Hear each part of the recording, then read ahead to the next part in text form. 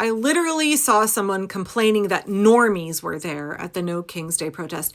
Yeah, exactly. Who do you think the majority of the working class is, y'all? They're normie centrists. Are you trying to organize for working class solidarity, but you want to exclude like 99% of the working class? You don't understand who it is who needs to stand up against the fascist regime of Donald Trump? Do you want it to be only people who have your particular brand of radical leftism that you think is radical enough for you? God forbid normal, everyday working class people decide that they have had it up to here with fascism and they will no longer tolerate the cruelty of this regime. God forbid they step out and try to defend their own rights and the rights of those who are impacted, targeted by this regime. All the normies, all the libs, all the centrists come to the party. Your contributions matter. You are needed. There's a place for you in the resistance against fascism. I feel like these folks, this is the folks who are saying that permitted protests are not real protests. These folks don't consider that the disabled, the elderly, the infirm all deserve to have their voices heard as well, and that it is simply not possible for these folks to engage in direct action at other protests. I think it actually goes further than this, right? Absolutely. Permitted events are meant to be inclusive of disabled folks, the elderly, children, folks who are being targeted by this regime and deserve to have a chance to stand up and be seen and heard. But it also means that you are prioritizing the safety of the folks who attend, right? So you're making sure that you have set up so that ambulances can get in if you have protesters who are injured or fall ill. You make sure that roads are closed so that your marchers are safe from traffic. Folks marching at inclusive permitted events like No King's Day, those are real protests. Delegitimizing them seems like a very weird hierarchical choice to me, but also like they aren't the only kind of protest that we should engage in. They're not the only kind of direct action. They're not the only form of resistance that we need to be taking up. And not all forms of protest are going to be accessible to all people. Not all kinds of resistance are going to be ones that you have the skills, the time, the ability to engage in. That doesn't mean that there aren't different kinds of resistance that you can and should be taking up like literally on a daily basis. Someone else's contribution is going to look very different than yours, and I don't think it's helpful in any way for folks on the left to delegitimize somebody else's actions just because you want to do something more radical or something that is more aligned with civil disobedience. Good for you. That's awesome that you feel capable of taking that on, but not everybody is you. Not everybody is entering into this work from the same position that you are. Not everybody is physically or in other ways capable of doing the same things that you are doing. It doesn't mean that their work is pointless. It doesn't mean that it's performative. It doesn't mean that you are legitimate and they are not. It doesn't mean that you are more radical and so therefore you are a real activist. You really care about defeating fascism and they don't, or like that they are somehow not contributing meaningfully and effectively to the work that we are all doing. It takes all of us doing what we're capable of. It takes a diversity of events and tactics and strategies in order to stop fascism. We need a broad-based solidarity movement of tens of millions of people. So if you are creating events where only taking significant risks with your body, only able-bodied people are able to participate, you're excluding the most heavily targeted by this regime.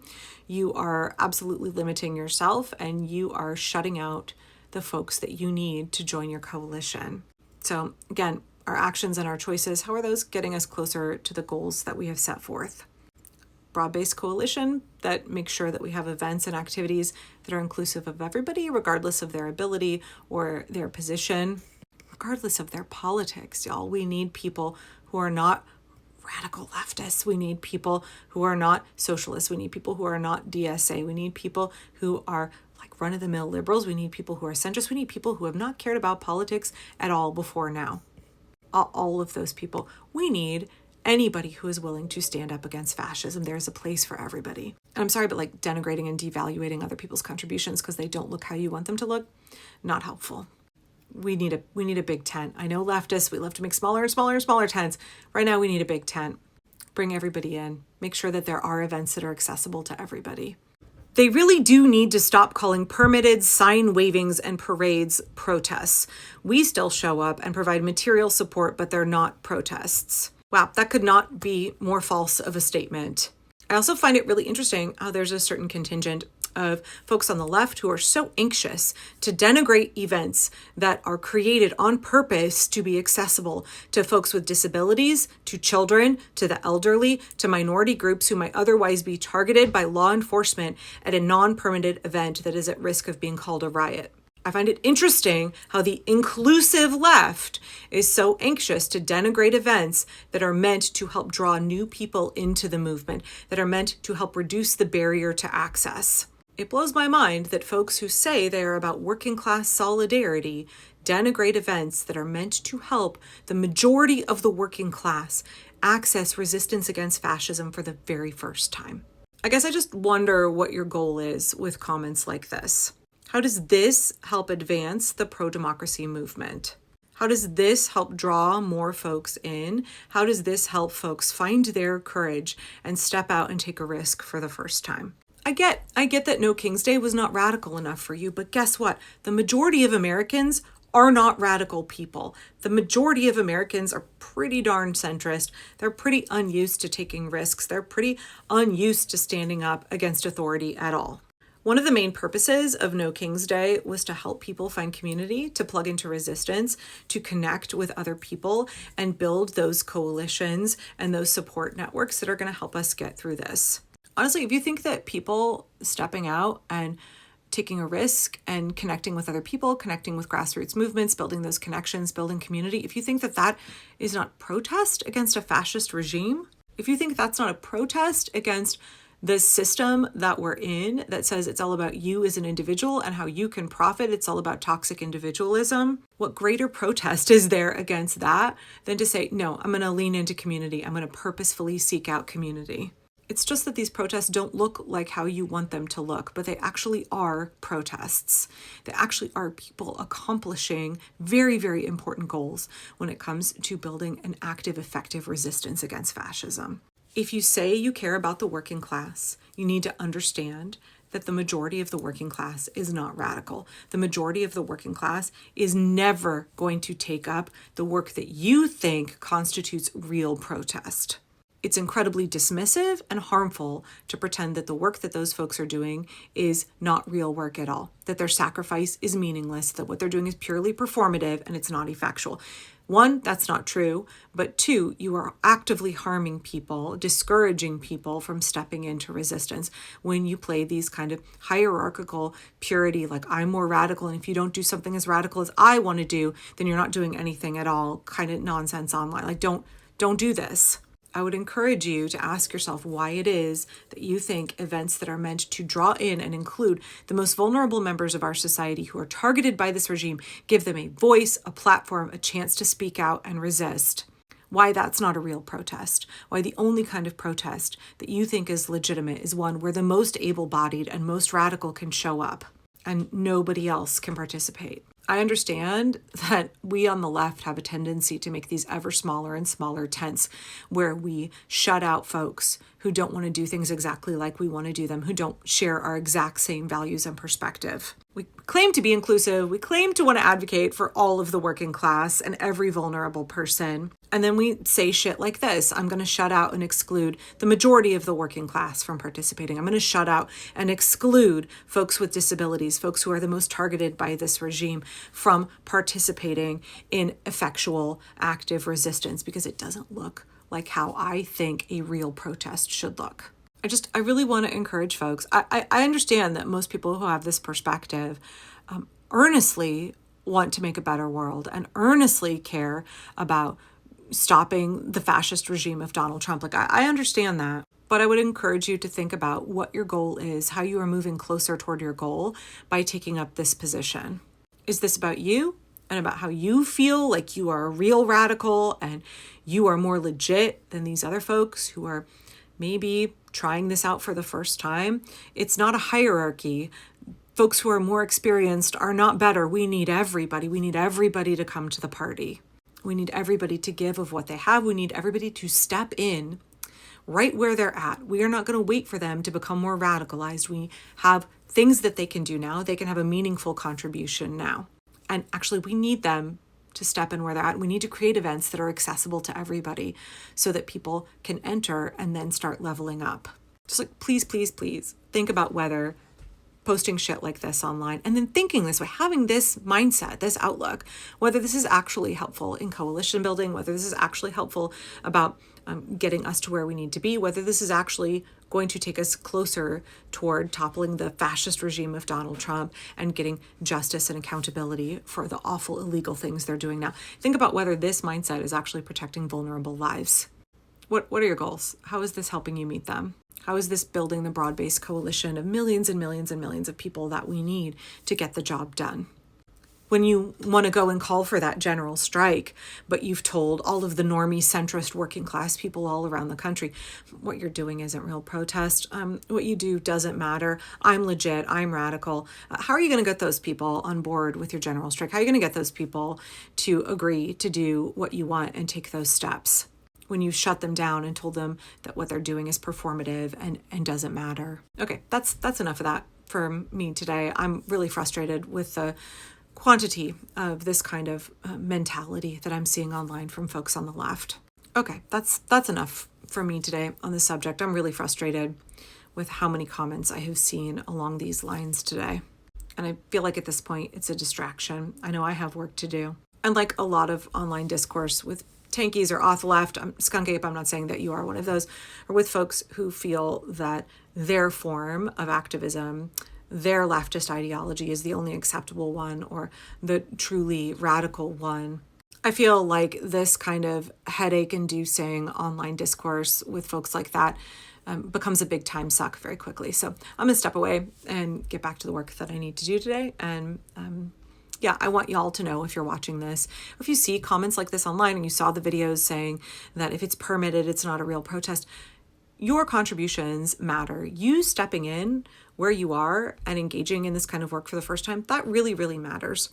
You doing something that other people see as small and insufficient, like fuck them. You step in where you're at.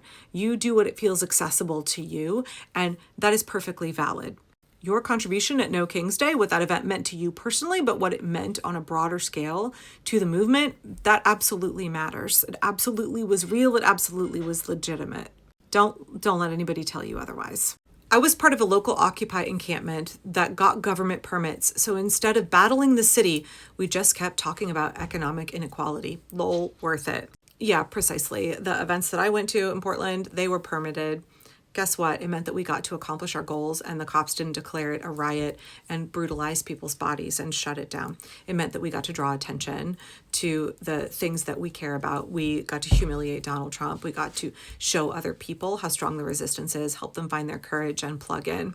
That was all possible because we got permits from the local government. Well, not we, I wasn't part of the organizers for the downtown event, but we got permits from the local government in order to stand up against the fascist federal government. We live in a system that sometimes we need to be in direct opposition to, but sometimes we can use the channels of that system to affect change. There are plenty of ways that using the system to our advantage actually helps us accomplish our goals better. It's just not as radical. I spent way too much time today reading comments from, watching videos from, arguing with folks online who are also on the left, who felt that No King's Day was performative and useless. And I just want to encourage myself and anybody watching this video that maybe we need to set some limits to the amount of engagement we want to do with people like that. I think it's very, very, very easy to waste a ton of time and get very frustrated and perhaps a little bit demoralized arguing with other people on the left who think that your position is not as radical as theirs, is not as righteous and as pure as theirs is. It's very easy to squander a significant amount of time and energy arguing with folks who want to create an artificial hierarchy where they think that they are at the top of the most truly left and you must just be some lib. As if we don't need to partner with liberals, as if we don't need to partner with very normie centrist folks in the pursuit of the restoration of democracy. This constant need for a certain contingent of the left to make an ever smaller and smaller and smaller tent, exclude everybody who doesn't meet their ideological purity standards, that's not helping anybody. And I think we can spend a lot of time having arguments with other folks on the left and kind of cannibalizing our own energy, harming our own movement, wasting our own time. It's interesting, I got in a back and forth with Han. I don't know if any of y'all follow her. I used to follow her and I don't now. But she made the comment of me being upset with folks on the left who say that what happened at No King's Day or permitted protests are not real protests, they're not legitimate, and they don't do anything, that me taking issue with that is just me helping the fascists. Right, and I would actually say that no, it's the opposite of that. Folks on the left who want to call things like No King's Day a lib fest, like this person, seeing leftists call it lib fest makes me want to crush my phone with my bare hands. People on the left saying, well, what you did may have been some nice sign waving and a happy little march, but it's not a real protest. It's not going to get anything done. They fail to understand what the point of that protest was. And I don't actually think they've even asked folks, what was the point of No King's Day? What did you hope to accomplish? Did you meet your goals? It's just this immediate dismissal of like, it wasn't radical enough for me. You got permits? Well, then you're just cooperating with the man. Right, like it's failing to understand the reason that people get permits, and also getting a permit with your local government while you stand up against the fascist federal government. Like, okay, making sure that you have permits so that streets are closed so that pedestrians can march safely without fear of getting overrun by cars. Making sure that you have permits so that there is access for emergency vehicles. Making sure that you get permits so the cops don't declare it a riot and come in and brutalize the most vulnerable members of your group. Sure, that makes your protest useless. That makes it not a real protest. It makes it entirely performative. But also, like, what do you think the point of marching is? What do you think the point of large-scale, very visible protests of millions and millions of people? Do you not understand that that is a performance when you say, it's just performative? Yeah, it's supposed to be performative. It's a performance. It's a public event meant to draw attention to your cause, meant to help other people find their courage and join you. It's also meant for the people who are participating in that event to boost their morale, to make community connections, to find other people, plug into organizations that are doing pro-democracy work. That's why when you go to events like these, there are folks tabling the DSA, Extinction Rebellion, local environmental groups, local mutual aid groups. There's almost always somebody there with a table on knowing your rights and how to resist ICE, how to protect yourself and your community from ICE. Right. Those events are about education. They're about morale boosting. They're about bringing people into the movement. They're about helping people level up to the next thing. But you know what? They were permitted, so they didn't serve any purpose at all. They were a complete waste of time. There's this competitive tendency, to be like, if you're not radical enough, if you're not extreme enough, that the action that you're taking is in some way too moderate for a certain contingent of the left, then it must be useless. And that's simply not true. Just because it didn't meet your expectations doesn't mean that it wasn't purposeful, useful, and efficacious. Just because it didn't look the way you wanted it to look, just because it wasn't radical and extreme enough, according to your little, artificial hierarchy, that doesn't mean that it wasn't useful. It doesn't mean that it doesn't further the movement. It doesn't mean that it wasn't legitimate.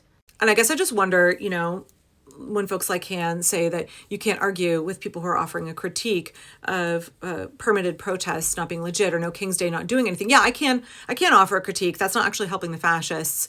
I would argue that having a completely unnuanced take in which you say, that was pointless, that was useless. What are you doing? That, to me, seems to be helping the fascists. Because do you not understand that people have to enter into a movement somewhere? You have to meet them where they're at. Offering events that are approachable, that are legal, that is how you get people to take a risk for the first time. And we need millions and millions of people to step up for the first time ever. Saying, go spray paint an ICE building and smash the doors in, that's not something that's going to be really approachable to the majority of Americans. And I think that's a failure that the left has consistently, is not understanding that you have to meet people where they're at. And maybe that's the benefit of like folks who've gone through deconstruction and remember where we were 20, 25 years ago. And we can say, okay, yeah, we're on a journey. Everybody else is on a journey. I can't expect people who are at a different place in their journey to jump in where I want them to right now today. I actually have to go to where they are, and I have to speak to their position right now, their ability, their perspective. I have to help lower the barrier of access for them, right? I have to make sure that the entry point is down here. I want them to be up here. I want them to be engaging up here. They're not going to jump in up here. I've got to make it so that they can step in here, and then we can help them level up and up and up. That's how effective organizing works. And honestly, when I see people online that say that there is no point in events like No King's Day, I feel like all they're doing is carrying water for the fascists. All they're doing is telling people what you're doing doesn't matter. It's pointless. Your sacrifice is not worth anything.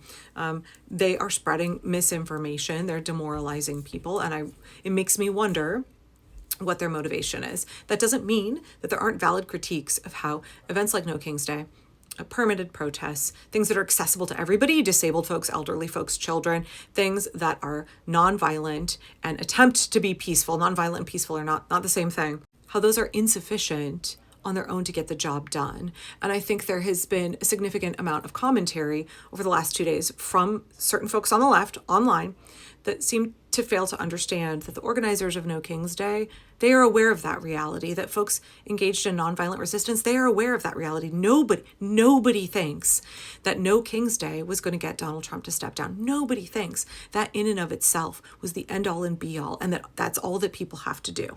I've already discussed this in multiple videos over the last 2 days. No King's Day was a resounding success. It accomplished multiple important goals. It has done more to draw attention to the pro-democracy movement in the United States than anything else that has been done thus far. It got more broad coverage here in the US and internationally than anything else that has been done thus far. And if you think that the pillars of support under Donald Trump are not paying attention to how massive that very visual display of ordinary, regular Americans, not radical activists, not just fringe folks on the left, but absolutely normal, centrist, liberals, and like also some conservatives, like how that event drew attention to the fact that it's regular people in the millions and the tens of millions, probably the hundreds of millions that are ready to stand up against Trump. Then you don't understand what the point of that event was. And just poo-pooing it online without bothering to examine the ways that it was extremely effective while insufficient on its own to get the job done. Like, I can't help but think that you are carrying water for Trump. Whether you want to be or not, you are doing work for him and his regime when you tell people that their small acts of resistance are pointless. That if it's not radical enough for you, that if it's not an act of civil disobedience, it won't do anything. It's that one, that's simply wrong. That's absolutely wrong. And two, I would argue that you are setting the movement back. You are actively harming the movement that you say you care about. If you want to fight the fascists, then why are you trying to demoralize people who are just entering into the movement for the first time? What we want to do is bring them alongside, say, yes, okay, awesome, well done. Now you're ready for the next step. You're ready to do the next thing. That's what community looks like. That's what bringing people alongside looks like. That's what mentoring looks like. Instead of saying like, this was pointless, didn't accomplish anything, wasn't radical enough for me. I'm way more radical than you are. I'm way more woke than you are. I've been here a lot longer than you are. I'm way more legitimate than you are. And what you did was nothing. But I'm going to sit here and, make a TikTok video criticizing you, but then not actually talk about ways that you can actively resist that are approachable and feasible for you and help bring more people into the movement, help push us closer towards success. Because honestly, I haven't seen any content like that. But to the rest of us and to me as well, I just spent 10 minutes on this. I'm done talking about this today. I have lots of other things I want to cover. I'm done getting bogged down in this kind of a discourse because honestly, I feel like it's a distraction at the end of the day. I just don't want other people to be demoralized by it. I don't want other people to be enraged. No King's Day accomplished what it meant to. Let's not celebrate so quickly, meaning folks rejoicing in the victory of No King's Day and Trump's humiliation at the complete failure of his birthday military parade. Yeah, you said, we are still in a constitutional crisis. I completely agree with you. We are facing a mercenary army of ICE agents who are kidnapping people for prisons for profit. I also completely agree with you on that. But I very vigorously, very strongly disagree with the first line. Let's not celebrate so quickly. We should be celebrating every single victory. We should be rejoicing loudly, publicly, both for our own morale, our own hope, our own courage, our own endurance in this resistance against fascism, right? It's crucial to acknowledge our successes. It's crucial to understand that success is incremental and that every step in the right direction should be celebrated. Every victory, no matter how small, should be celebrated, both because people deserve to be acknowledged for their labor, their sacrifice, what they have given up in order to participate in resistance. When it has an impact, when we see that it is accomplishing the goals, is pushing us closer to the end result that we want, we should be celebrating that. but also because the more we rub it in Donald Trump's face, the more he is likely to have a crash out and overplay his hand even more. He overplays his hand all the time, right? A lot of what we saw in California, there's a lot of speculation that that was in response to Trump being humiliated and being called taco. Trump always chickens out, as well as his multiple losses in the court, especially against Harvard. And look how poorly California is going for him.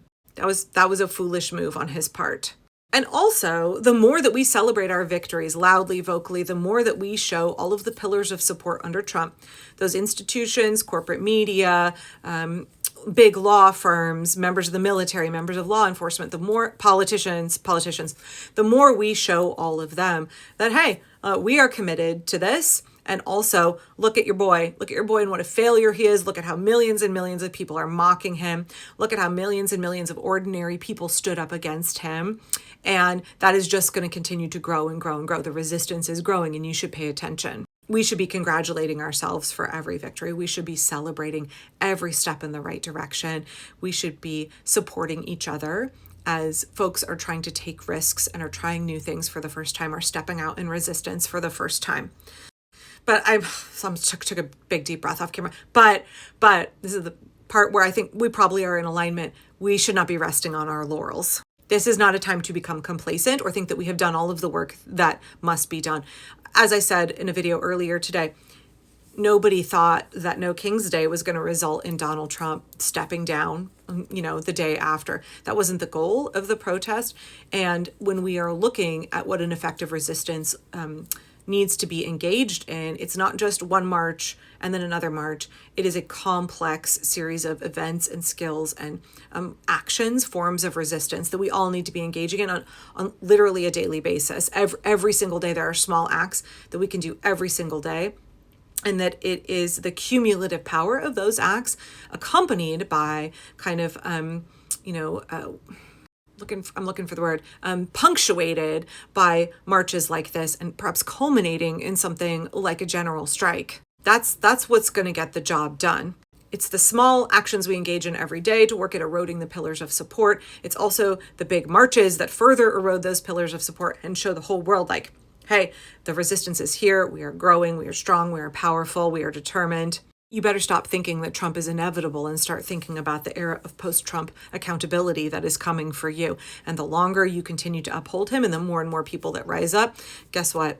It's going to go worse for you. So you might want to rethink whether you want to be cooperative with a fascist regime, because the people are telling you very clearly that the days of this nonsense are going to be of short duration and the era of accountability is coming. But by no means do we take a break now. The momentum is building. We need to move on to the next thing. We need to have let No King's Day motivate us, galvanize us, push us forward to take the next steps.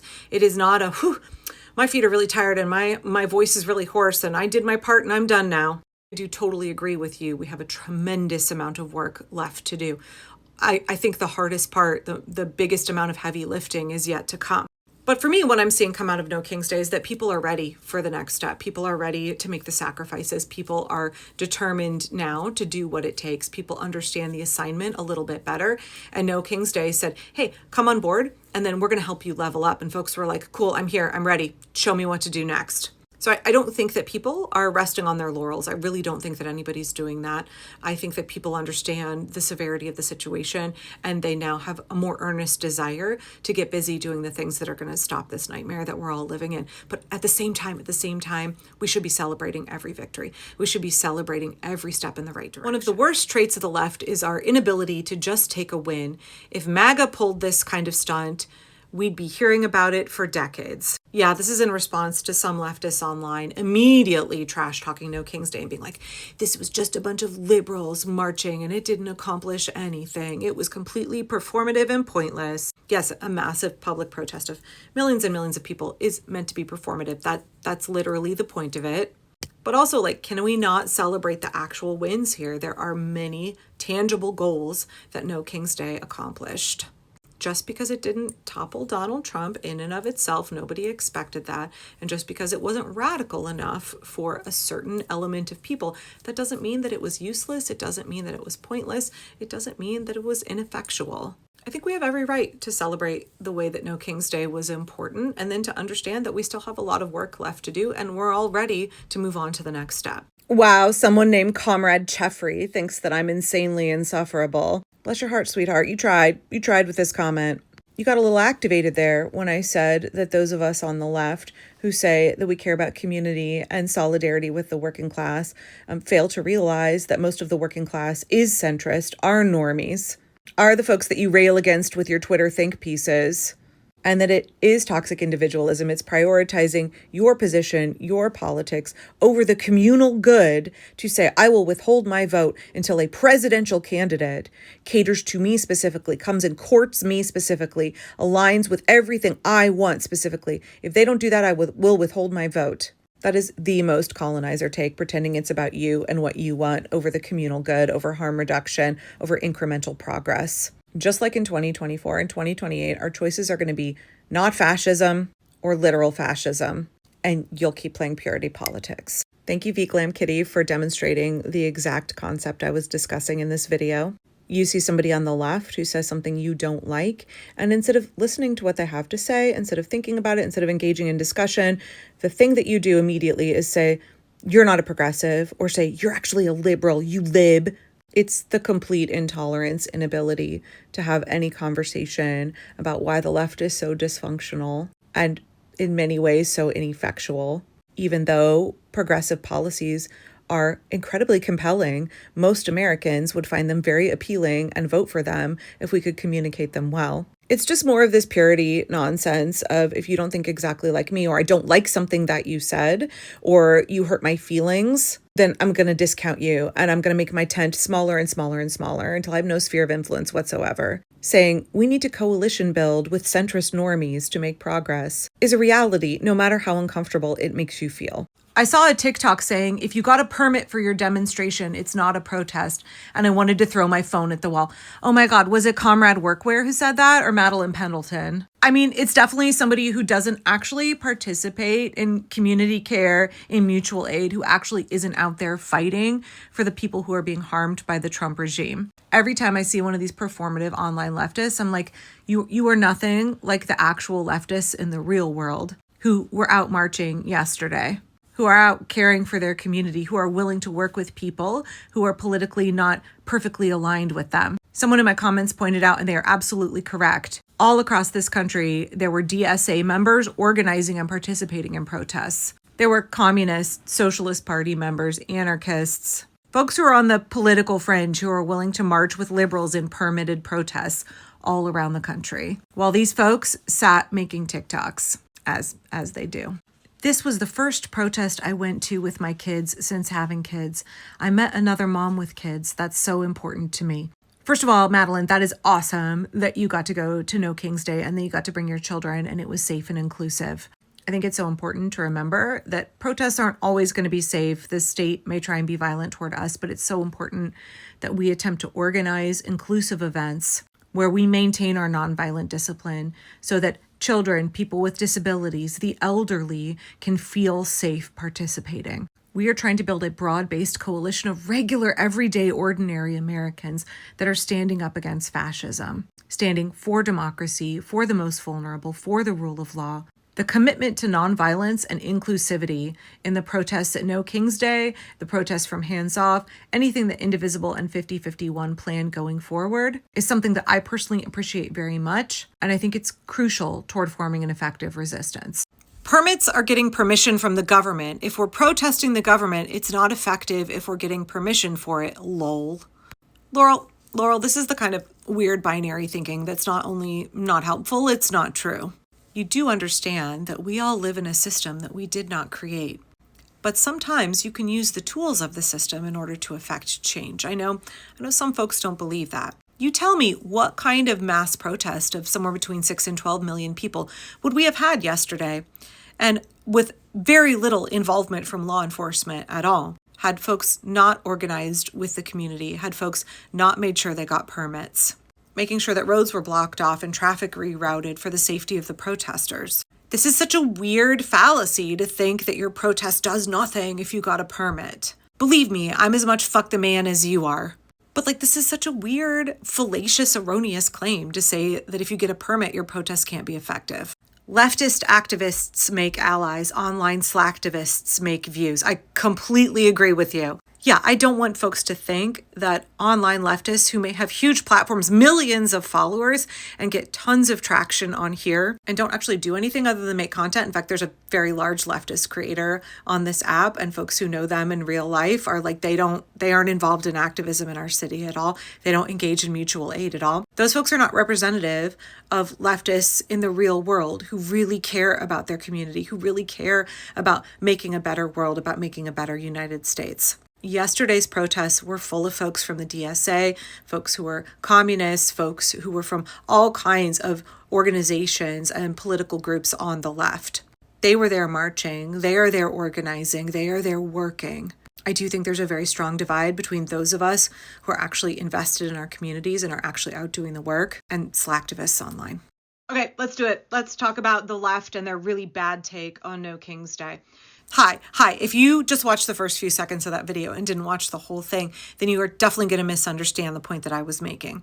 The vast majority of us who call ourselves leftists, who are on the left, we are out there doing the work in the real world to live out our values, to advocate for the dignity and humanity of all people, to try to create a more functional society. Someone in my comments on YouTube was like, hey, don't give the DSA a hard time. Like, I'm a big fan of the DSA. I've been to a number of their meetings. A lot of my friends are in the DSA and are always trying to get me to join. I think there's a significant distinction between some large influencers on social media and folks who are doing the work in real life. So I didn't in any way want to disparage the entire left. We are a huge and diverse group. And I think sometimes people can believe what they see from those couple of big creators with millions of followers is representative of the left in real life. And it's simply not true. And I'm so grateful for all of us that keep showing up and doing the work. Okay, let's do it. Let's talk about the left and their really bad take on No King's Day. So, Alex, I really appreciate your comment. You said, seeing a lot of leftists saying things like, no actual change happened, peaceful protests never work, and this is just Democrats being performative, blah, blah, in response to what happened yesterday at No King's Day, which was the largest day of protest in the history of this nation. Somewhere between, depending on who you ask, 6 and 12 million people turned out to stand up against the fascist regime of Donald Trump. And yet, we see leftists on social media posting about how it was insufficient or it didn't really do anything, that it was performative. And I'm just going to say right now, that's an absolutely bullshit take. First off, what do you think the point of No King's Day was yesterday? As I said in my previous video, in permaculture, when we're doing any event, we want to stack functions. We want to layer in as many benefits as possible. And No King's Day definitely did that. The goal of ruining Trump's birthday, absolutely accomplished. What was it? 10,000 people showed up to his grandiose military birthday parade. It was a complete and total failure. And seen in juxtaposition to the millions and millions of Americans who showed up in 2,000 locations around the country to stand up against Trump and for democracy, the value of that is almost immeasurable. You would be foolish to think that that does not have a significant impact on politicians, the pillars of support under Trump, corporations, institutions. It was a massive display of solidarity of the American people against Trump. It was a condemnation of the Trump regime. And you can bet all those folks holding him up are doing some recalculating right now. Second, events like No Kings are a place where we can all be bolstered and draw courage from each other. We have to keep feeding each other's hope and courage. We have to make sure that we are not demoralizing each other, and we're also giving opportunities for people to connect and to lean on each other and to draw strength from each other, determination from each other. In that regard, No Kings was a huge success as well. But here's what I want other leftists to understand who may have a different position than me and are doing their Twitter think pieces today about how No King's Day was full of a bunch of cringe liberals that they don't want to associate with and how it didn't accomplish anything because Trump didn't step down yesterday or this morning. Some of y'all leftists on Twitter talk your big talk about working class solidarity. In fact, you're often willing to empathize with and reach out to conservatives in the working class. But you find it more taboo to work with a liberal with whom you have so much more common ground, because there is this social stigma about how liberals are so cringe and they're not radical enough for you, right? Leftists like to call other leftists lib as an insult. It's like the worst thing ever to associate with a liberal. And you want to taint anything liberals do as somehow useless and performative, and also make sure that you distance yourself from events like that and that you cast aspersions on events like that. But if your goal is to unite the working class, who do you think a significant proportion of the working class is? They're liberals, babe. They're liberals. Did you forget that Black Americans who vote overwhelmingly with the Democratic Party, that they are also working class? Did you forget that all of those folks who were marching yesterday, upwards of 12 million of us, that we are all the working class? Honestly, like, just because you think somebody's sign is cringe or because they're wearing a pink pussy hat or they shared some Elizabeth Warren meme on social media, that doesn't make them not working class. So if you're a leftist and your goal is to unite the working class, then what are you doing saying, oh, I'm too cool to hang out with liberals. I'm too cool to march with liberals in defense of democracy. It's like there's this contingent of leftists who really just care about aesthetics, and you're squicked out by the working class being a bunch of normies. You're too cool to associate with them. You're too radical for them. Honestly, it's like a level of incredibly self-sabotaging snobbery from the left. You chant for working class solidarity without understanding that most of the working class are cringe centrists. They are normies. They're into normie stuff. They have normie politics. Are you for working class solidarity or not? So for the millions of working class people who marched yesterday, for the hundreds of millions of working class people in this country, what do you think in their lives up until this point would have made them into a radical communist? What do you think in the lives of most Americans would have brought them to a point where they are now radicalized enough for you to deign to socialize and organize with them? Most people are normie centrists. Actually, that doesn't mean that they don't have a tremendous amount in common with those of us who are farther left. I think if you set aside your elitism for a little bit and actually bothered to connect with those folks, you would find that we have a huge amount of common ground with them. We absolutely can build a broad-based coalition. We absolutely can have solidarity with each other and work together for a common goal. Nobody's going to become radical overnight, y'all. Nobody's going to become radical enough for you overnight. And let's be real, you probably started out as a conservative yourself, or worse than that, it's like a BuzzFeed choice feminist. Everybody's on a journey. Everybody has an entry point. Everybody is growing and learning and deconstructing from their past. Being hostile to folks or making your Twitter think piece about folks who don't seem to be exactly like you, what is that accomplishing? How is that doing anything other than making you feel very smug and self-righteous? How is that moving any of us closer toward the goal? Because I talk about this all the time. We've got to reduce barriers to entry. We've got to stop letting perfect be the enemy of good. We have to meet people where they are at. We can't be discouraging people who are taking steps in the right direction, who are trying new things for the first time. Protests are places where people build skills, build connections, they learn and grow, they get ready to level up for the next thing. I'm so tired of that contingent of folks on the left who say peaceful protests never work. Well, you're clearly not a student of history, and also you clearly don't understand what the goal of events like this are. Do you want to build a broad-based coalition of folks who are ready, mobilized, prepared to do the heavy lifting of stopping the horrible, chaotic cruelty of Donald Trump? Or do you want to write a self-congratulatory think piece about how those folks are too cringe and you don't want anything to do with them? You've got to bring people alongside, help mentor them, help them learn and grow, help them build the skills and confidence to take the next steps. If you think that change didn't happen because enough shit didn't get blown up or it didn't get violent or because Trump didn't step down, then you don't understand how social change is enacted. You don't actually understand how to mentor people, how to build a movement, how to foster community at all. And honestly, I think like these folks, what are they doing? What mutual aid are they engaged in? What kind of pro-democracy work are they engaged in at all? Because at least in Portland, I know Portland is like a little different than everywhere else, but Portland protests yesterday. There were lots of leftists there. There were people from the Socialist Party there. There were people from DSA there. There were people there handing out, like communist literature. We were all still marching together and chanting, introducing ourselves to the folks around us, bolstering each other's courage. Imagine if events like No King's Day were treated as, well, you can't participate unless you are as radical as I am. You've never been to a protest before? Oh my God, look at her sign. It's such a cringe meme. Imagine if there was that kind of snobbery instead of saying, hey, guess what? This is for all Americans. This is for everybody. Wherever you're at, if you're willing to stand up against the cruelty and the illegality of this regime, you are welcome. You are welcome to march with us. You don't have to have it all figured out yet. This can be the first time. And for millions of people, yesterday was probably the first time they ever marched in any protest.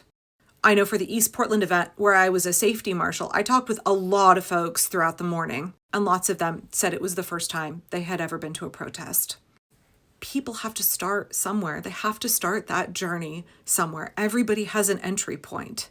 What is our end goal here, y'all? What is our end goal? Why would we discourage people who are just finding their courage? Why would we discourage people who are saying, I am willing to give of myself, of my resources, of my time, of my finances? I'm ready. I'm ready to do the thing. I'm really scared, but I'm ready. Tell me how. Tell me what to do next. Why would we discourage those people? Part of the reason that I advocate for nonviolent resistance, besides the fact that we know how effective it is because when we look at drawing people into a resistance movement, if we want to build a broad-based coalition, you are going to get massive numbers when you commit to nonviolent discipline. And we know that it takes massive numbers. It takes all of the people organizing and forming that aggregate power in order to stop regimes like Donald Trump. I know I got a little angry there, but I want to encourage you, if you poo-poo events like No King's Day, if you look down your nose at folks who are entering into this work for the first time, if they are too cringe and liberal and normie for you, you need to take a good hard look at who actually is in the working class in this country. And then take a good hard look at what you think your values are and how you say that you want working class solidarity, but you aren't acting like it. Mocking people, ridiculing people, telling them that their first efforts are worthless and pointless and that they're embarrassing and that they're not as elevated and radical as you are. What is that doing? How is that getting you further toward your goal? How is that getting any of us closer to being out of this mess? Meet people where they're at, y'all. We have to meet people where they're at. That is how we build movements. And honestly, that's how we have community. I'm not sure if you mean Rachel Maddow, who this video was about, or if you mean Kamala Harris, did not speak to a coalition of actual leftists. Democrats are the middle, and we're reaching to a smaller right middle, not the people who believe in progressive ideals. Well, there actually are almost 100 members of the Progressive Caucus in the Democratic Party, and some of them are incredibly progressive because we live in a two-party system. I think a lot of those folks would be in a different party if we didn't have, the problem of being stuck in a two-party system. But I'm not exactly sure what you mean she did not speak to a coalition of actual leftists, because I understand as a leftist that in my lifetime, stuck in a two-party system, there is likely never going to be a viable candidate for president who upholds most, much less all, of my ideals. I understand that voting is about compromise. I understand that I don't actually have to have a candidate who speaks to me and my particular coalition in order for me to be able to vote for them. I understand that the majority of Americans don't think like me and don't believe the things that I believe. The majority of Americans are not anti-capitalist. Actually, you know what? Though a lot of the things I believe in and a lot of things that progressives stand for, a majority of Americans do believe in them if we know how to communicate effectively. Most Americans actually would want universal health care if we knew how to sell it to them. Most Americans do actually believe in things like SNAP. They do actually believe in having the government fund programs that benefit the people of this nation and not just the billionaires. They actually do believe in taxing the rich. It's just that the Democrats, but also progressive and leftists, we're very bad at communicating to most of America what it is that we stand for and how we could make the lives of regular working class people in this country substantially better. But this whole Democrats are in the middle, they're actually slightly center right and are reaching to a smaller right middle.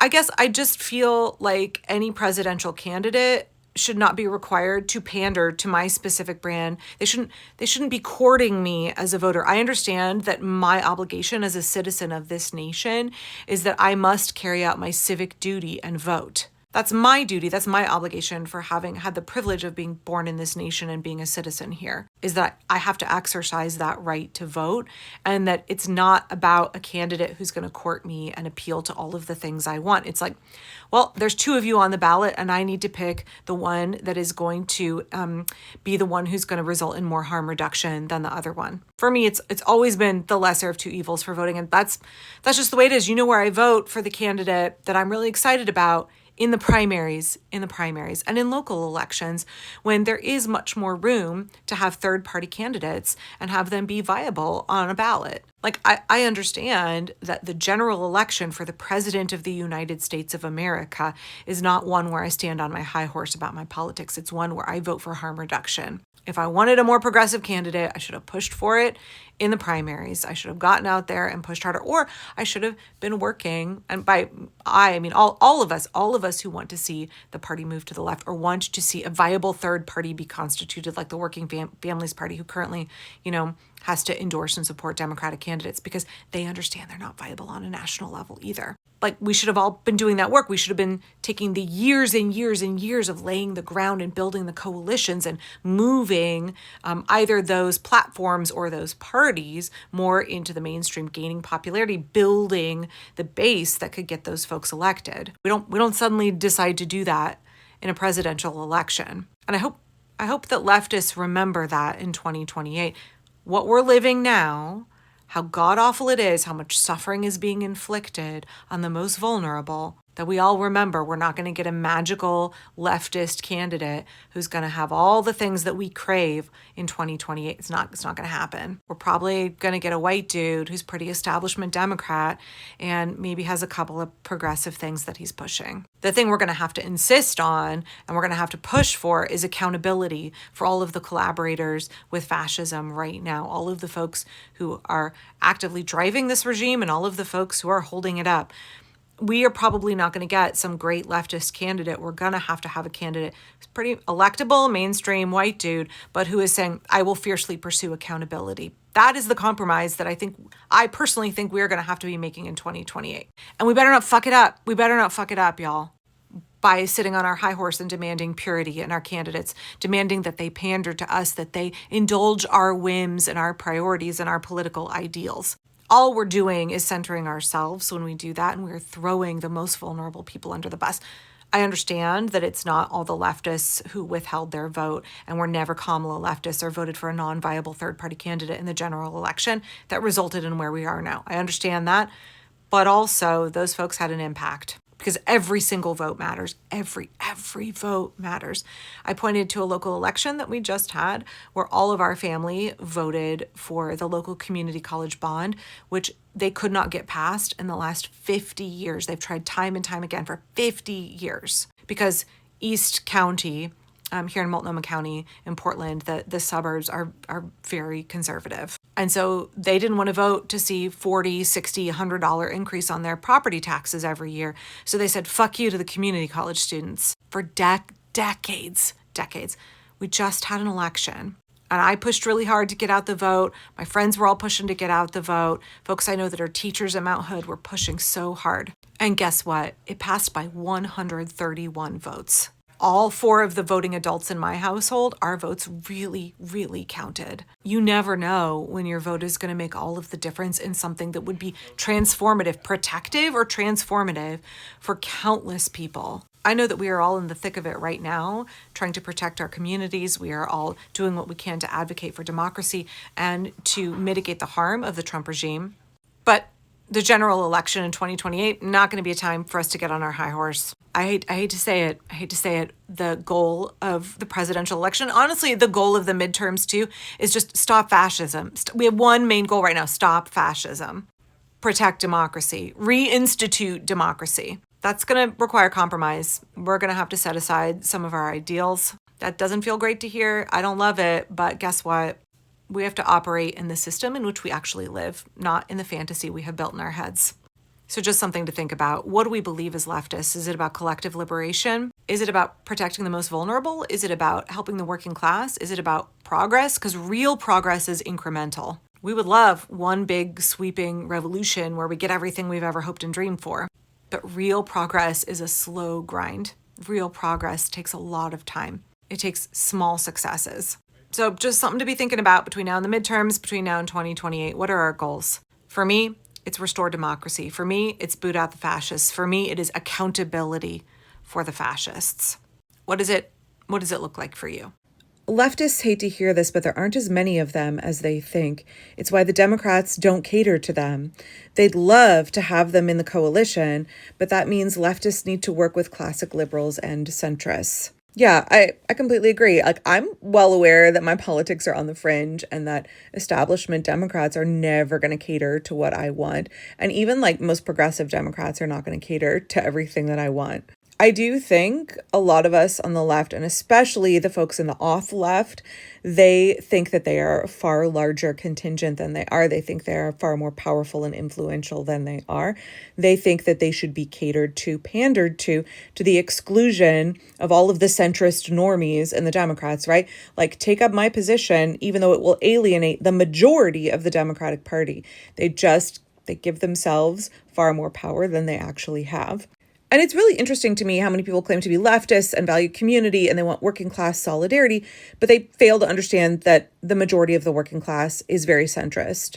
Like, you say you want working class solidarity, but what you want is to exclude everybody whose politics are not exactly like yours, people who don't have the same, authoritarian communist utopian vision that you have, then they don't matter. There's this lack of understanding of how to build a coalition with people who have diverse ideas, how to build a coalition with people who are not aligned with you in every factor and are not going to come around to your way of thinking. And also, like, a really devastating failure to understand what your obligation is as a voter. I know I talked about it in this video. But pretending that someone has to earn your vote, that they have to pander to you, they have to cater to you, they have to court you and romance you in order to get you to vote for them. And that if they don't make every single thing on their platform align specifically with you, you're going to say, fuck you and all of the people who are going to be harmed if the opposition gets elected. I'm going to sit on my self-righteous high horse and say, well, I didn't compromise my values in any way, shape, or form. My hands are clean because I didn't vote for the candidate who wasn't perfect, even though it costs millions of lives, even though it puts the most vulnerable at risk, even though it escalates the harm being done to the vulnerable communities that they say they are advocating for. To me, it's really weird to see people saying that they are communists, but then displaying this tremendous toxic individualism. To see people saying, if you don't court me as a voter, if you don't give me exactly what I want and make me feel pure and righteous in casting my vote, then I will withhold my vote and allow a terrible, cruel, chaotic authoritarian to come to power. And even in the face of now living in that reality, they still continue to blame the Black woman for not being progressive enough for them, which is weird because a lot of them had no problem voting for Joe Biden or Barack Obama. Nobody cared that Obama was arming Israel. It's just the Black woman that they call Bomala. How they clearly don't understand the role of the president versus the vice president and the limitations of the vice president who crafts foreign policy, how Congress controls the purse strings. No. They don't want to talk about that. They just want to call a Black woman Bomala and feel really self-righteous, ranting and raving about how they're going to withhold their vote from her until she gives them everything that they want. Weird how they made these very specific demands of a Black woman and not of previous Democratic presidential candidates.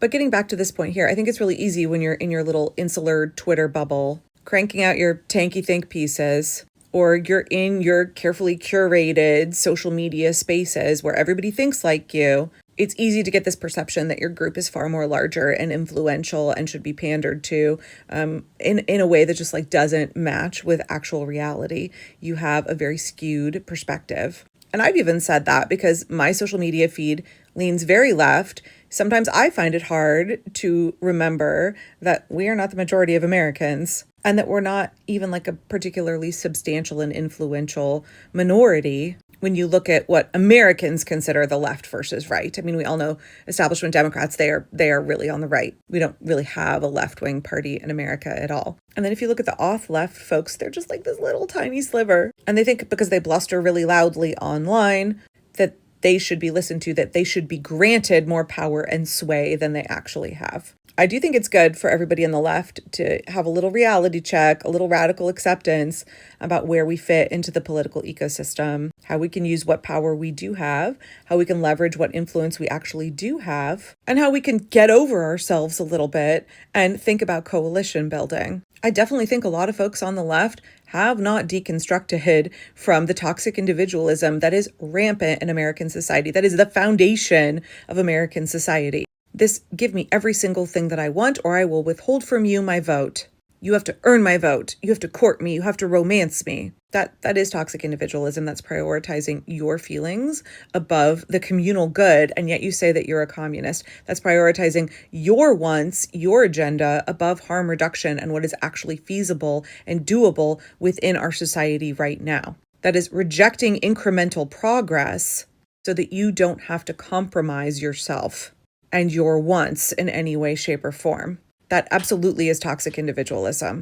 And instead, we could be doing coalition building. We could be working toward incremental progress. We could be partnering with people who are different than us and maybe have a different version of what they think American society should look like, but we can be aligned on multiple issues. But pretending like the entire Democratic Party has to swing very far left, or else you're going to withhold your vote, you're not that important.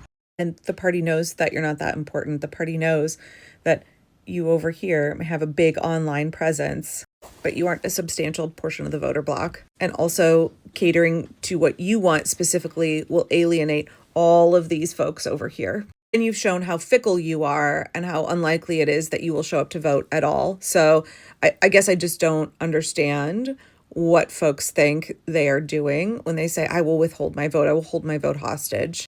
I will refuse to participate in the process until you give me exactly what I want. Like, your demands are not going to be met, sweetheart. You can sit over there and feel real moral and pure, but you're not having any ability to influence what's happening.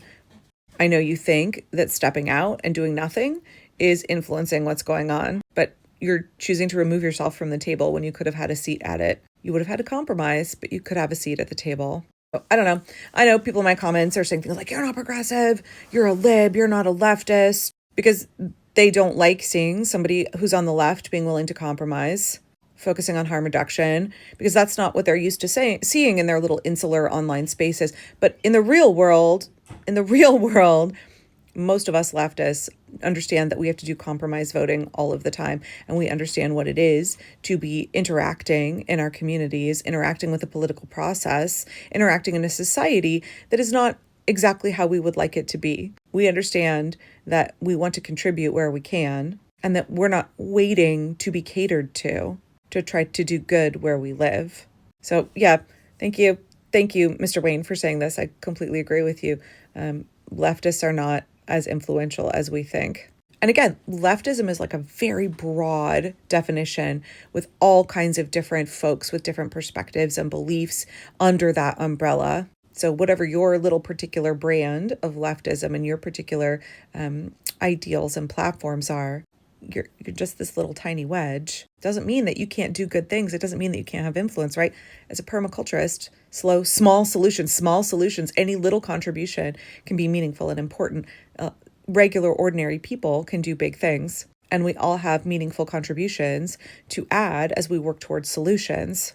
But we need to understand realistically where we fit into the system, how much power and influence we do have, and use it, rather than living in a fantasy where we think that giant, big, powerful structures should do exactly as we want, abandon the majority of their voter base, piss off the majority of their voter base in order to cater to us specifically. So yeah, I think if we're really on the left and we really value community means diversity. It means that if you actually want to work toward making the entire society better, you're going to have to work with people who are different than you, because the majority of people in society are going to be different from you, are going to have different values from you, are not going to be politically 100% aligned with you. So is it really communism that you're after? Is it really solidarity of the working class that you're after? Is it really everybody working together for the common good that you're after?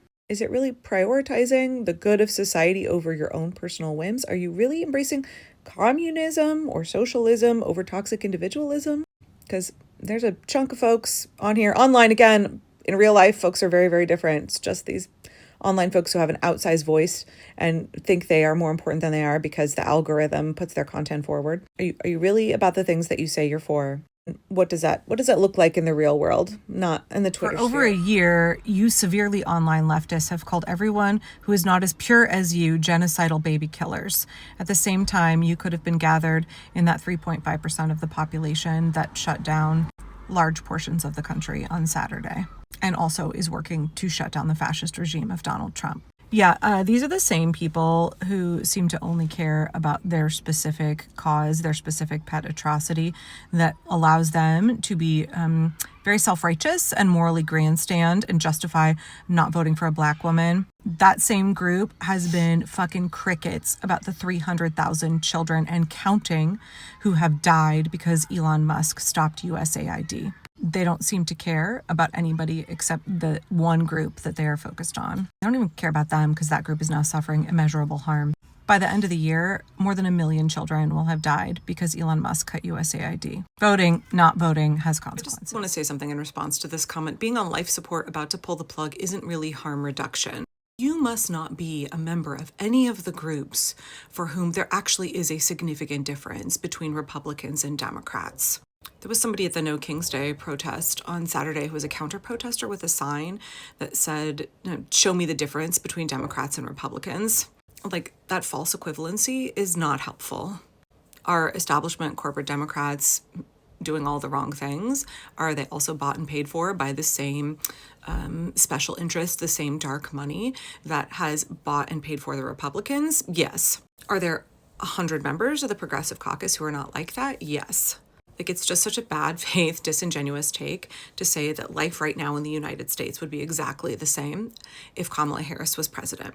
Or even if Donald Trump had been elected, but Democrats controlled the House and the Senate, they would be able to stop him. But this whole, like, Democrats are keeping us on life support about to pull the plug, and that's not really harm reduction. It's not substantively different than what the Republicans are doing. You must not be aware of the 300,000 children that Elon Musk has already killed thus far this year by yanking USAID money. Sorry, I got a little aggressive with my hand movement off camera and just chucked my button off the side of my table. Anyway, you must not be aware of the fact that this regime is actively killing the most vulnerable people around the world, that what Elon Musk has done by cutting USAID, which is exactly what Trump wanted him to do, is actively committing a Holocaust against the world's poorest children, almost all of whom are black and brown. 300,000 people so far this year, almost all children. By the end of the year, it will be over 1 million. There's something like 60,000 people that have already died of tuberculosis and AIDS because USAID funding for AIDS medication and tuberculosis treatment has been cut off. I get that in the overarching scheme of things, the Democratic Party does a lot of harm. Politicians do a lot of harm. Big, massive governments cause harm. Please don't act like there isn't harm reduction in voting for establishment Democrats versus literal fascists who are trying to commit holocausts and are currently trying to do an ethnic cleansing in the United States while they kill the world's poorest children. Like, I'm sorry, but nobody believes you when you say that there's no difference between Republicans and Democrats. Are establishment Democrats a problem? Yes. Does the Democratic Party need massive reform? Does it need the progressives to boot out dark money? Do we need campaign finance reform? Absolutely. Do we need special interest and corporations, oligarchs, foreign governments out of our government, right? Yes, absolutely. We can have nuance in this conversation and understand that establishment members of both the entire Republican Party and establishment members of the Democratic Party are all funded by similar sources and all have less than a vested interest in doing right by the people. Instead, they protect the folks who are funding them, right? They protect their big donors. They protect the oligarchs. We can understand that and still have enough nuance to understand that they are not analogous. Democrats and Republicans are not analogous for the people who are dying now, for the people who are experiencing the terror of ICE now, for the children around the world who are starving now because of this regime. It is deeply offensive and disingenuous to pretend like both parties are exactly the same and that a Congress controlled by the Democrats and a White House controlled by Kamala Harris would be exactly the same as Trump and that would not be harm reduction. When you say that, you are saying the millions of lives that are being impacted right now, the hundreds of thousands of little children who have already died, horrible deaths from a lack of food and clean water and medication, that those lives are not really in your equation when you try to say that these two groups are equivalent. We all know better. We know better. Don't do that. You don't get to obscure and discount all of the suffering that this regime is doing. That would not be happening if people had voted differently in November. Just because you don't agree with it doesn't make it false. We're allowed to have disagreements without invalidating someone's truth. That is wild coming from you, who said that No King's Day protests are not real protests because people got permits. You are the one invalidating people's truth. So this is really weird to me. Yeah, I'm allowed to disagree with you and say you don't arbitrarily get to decide what the definition of a protest is, especially a definition that runs counter to the dictionary definition of a protest. And also, it's just this like weird goalpost moving and weird pretzel twisting to justify why No Kings doesn't fit the definition of a protest. I've seen folks saying, well, it can't be a real protest like you because it got a permit. Why? Why is that? You said, well, you can't have a permit from the government and have it be a protest. It's a permit from the local government to protest the fascist federal government.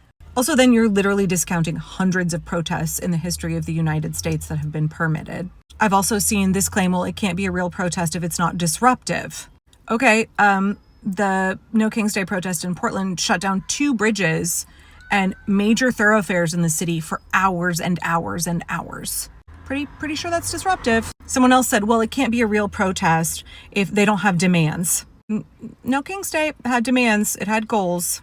It accomplished all of them. I guess I'm just not understanding this bizarre hierarchical puritanical obsession with deciding that No King's Day wasn't a real protest and then trying to come up with an alternate definition so that you can exclude 11 million people who stood up on Saturday. Why are you doing that?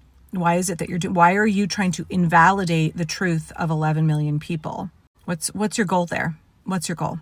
When we're talking about the importance of protests like No King's Day and all of the, if you want to use permaculture terminology, yields that you can get out of events such as those. In permaculture, we say stacking functions. How many different yields can you get out of one single event? How many different jobs can you stack into one element of your system? You don't want to invest your resources, your time, your energy to only get one thing out of the event that you are hosting. And I made a whole long video where I talked about the myriad benefits of No King's Day, both to people in the pro-democracy movement and also to the greater society, and also when it comes toward advancing our cause. But I really want to share Sierra's thoughts here because it's something that I think those of us that live in heavily blue areas sometimes can be somewhat ignorant of. They said, I found out that there are thousands of blue dots in my red county. I know I'm not alone now. If that's not doing something, I don't know what is. America is a very fractured society, and it's much worse since COVID.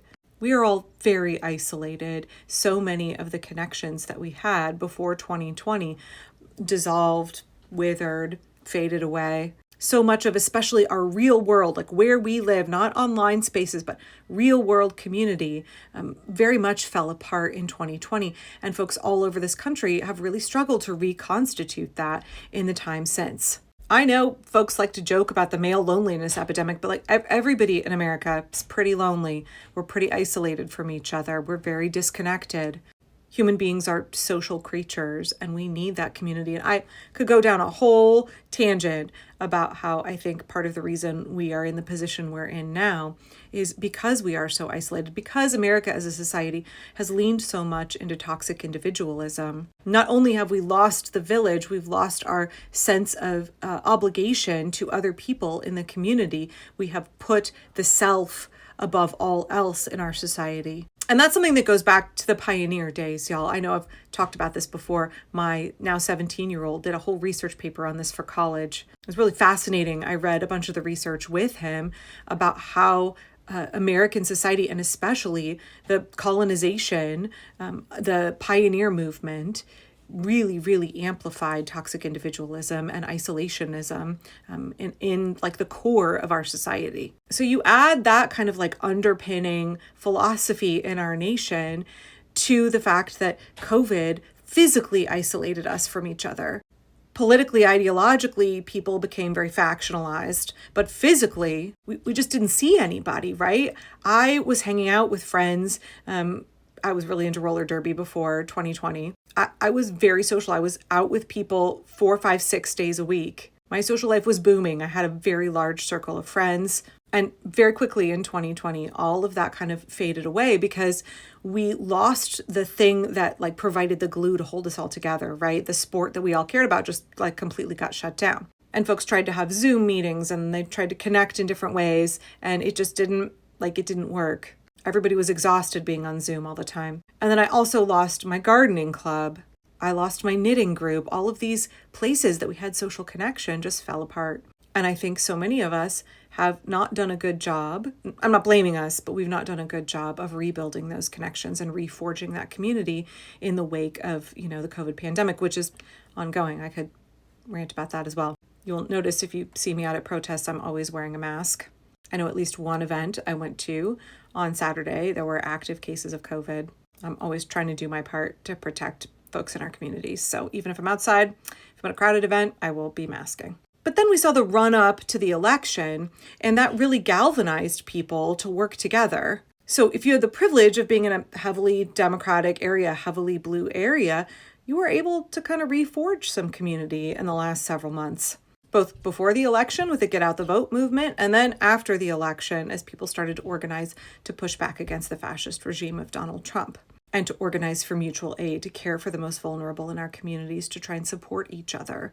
We have all been working at reforging those bonds, right? And that is still an ongoing process. I cannot stress enough how important it is that we get to know people in the community, that we are making sure that we are intentionally trying to make those connections where we live so that we can all help take care of each other. But as Sierra says here, it's a different story if you live in a heavily red area, right? If you are a blue dot in a red county, that sense of being isolated is so much stronger. We can take it for granted here in Portland, Oregon, that there are lots of people who are like-minded that we can draw courage and hope and strength from. We can all lean on each other, support each other. Blue dots in heavily red areas legitimately have to fear for their safety. And Sierra brings up such a good point here because events like No King's Day, they show all of those blue dots in red counties. You are not alone. It feels like you're really isolated. It feels like you're surrounded by MAGAs. It feels really lonely. But actually, you're not alone. There are little blue dots hiding everywhere.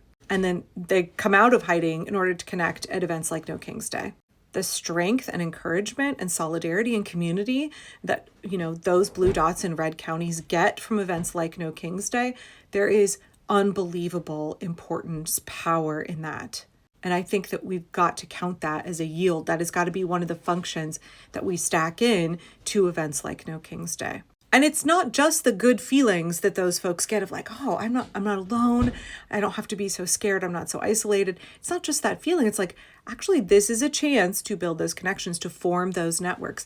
Maybe before you couldn't figure out how to connect with somebody. Maybe before you didn't know who to reach out to. You didn't know who was safe to talk to.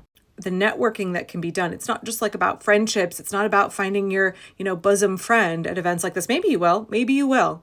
But it's really about building community, which is where we don't have to like everybody. We don't have to agree with everybody on everything, but we have common ground. We have a shared cause, and we can connect around that. We can care for each other based on that one simple thing. To know you're not alone, to know that there are people who care about protecting democracy as much as you do, and they're right in your community, and you can reach out to them, and that you can reach out and form real community with them. That's crucial right now. Not just for these individuals, like, yes, you deserve to have folks supporting you. You deserve to be connected and get that aggregate power, right? Right where you live in a red county. You deserve to have that connection right there. But also just for the movement overall. It's when we link up all those little dots, right? Every blue dot in a red county links together and they form a little blob, and then they connect to all those other little blobs that are made up of little blue dots that have found each other, and then they connect to the bigger suburbs. They connect to the blue cities, right? And that is how we aggregate our power. We have to connect. We have to connect all of the dots. We have to build our power through connection. And so much of what events like No King's Day, protests like No King's Day do is they provide a time and a space to start aggregating power. Leah from Indivisible says, build the muscle. The thing that Trump fears most is the people joining together in solidarity and standing up against him. He would like to pick us off one by one. He would like to make us be afraid and isolated in our homes, fearful, understanding that just as one little regular person, we can't stand up against the federal government. The thing he fears most is us realizing that when we connect to each other, we build community, we create those bonds, we aggregate our power, that suddenly we are like a massive and intensely powerful force of hundreds of millions of people, and he can't stand up against that. And the way we get that massive coalition, that massive aggregate power, is that we have to start connecting with each other. And so I guess I just want to say here at the end, if you went to a No King's Day event and you were so encouraged to connect with other blue dots in your red county, what's your next step? What's your next step now that you have sent out those little tendrils and have that kind of cautious connection? What can you do to feed and nurture and strengthen those? What's the next step for y'all? What does it look like? Does it look like joining 5051, Indivisible, League of Conservation Voters, any of the other many groups that helped run No King's Day? Indivisible said there were more than 250 partner organizations. So I'm sure one of those is in your area. Do you want to start an organic network on your own, a Slack chain, a Discord, some kind of chat group? So you can create a rapid response group. You can create a mutual aid group. You can work together to aggregate that power. Because it's not just a saying that the power of the people is greater than the people in power. It's true. It's true. So Sierra, thank you for reminding everybody of this. I really, really appreciate your comment.